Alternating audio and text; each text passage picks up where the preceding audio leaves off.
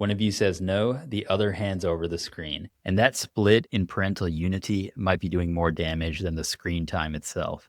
This is how it happens. Maybe it's the end of the day. You're tired. You've had a long day of work. You're looking for rest. You're not looking for another argument. And your child probably knows that. If not intellectually, certainly behaviorally. They know what works. They know how to push your buttons or how to get what they want. So they use this moment to pounce and they go to the tired spouse, the tired parent, and ask for a little exception. And in a moment of weakness, you give in. Maybe the back of your conscience is pricking you, but you don't have the willpower in that moment to say no, even though you know that your spouse would be against it and then hoping that they won't find out about it.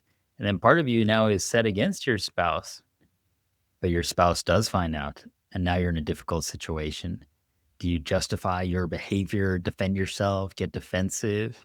Do you say that you made a mistake, start a fight right then and there, an argument, a disagreement, which your child is going to leverage? And from a clinical perspective, what does your child learn from this? She learns one, that she can distract the attention away from her screen time in that moment to this disagreement between the parents.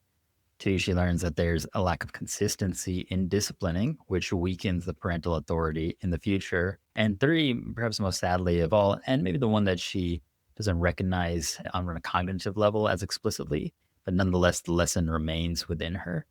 There's a lack of unity among the parents. And that's something that could be exploited intentionally or unintentionally by her in the future. Spousal disagreement on screen time is very understandable, and there are four simple steps you can take to mitigate this.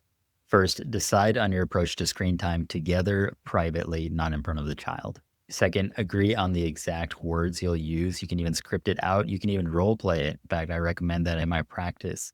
You can take turns acting like the child and then acting like the parent. Even practice different scenarios of childhood emotions and how you would adjust the script for those scenarios.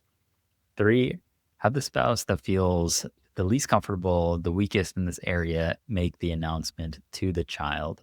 And four, revisit your decision from time to time. Maybe at first you revisit it that same day, and then after a week, and then after a month, see how things are going. In following these steps, you're giving your child one of the best gifts you can, which is an image of parental unity, which will help them become more self-confident, more secure, and what's best, have them replicate that in their own parenting so that your grandchildren will be strong and resilient. If you found this helpful, please subscribe.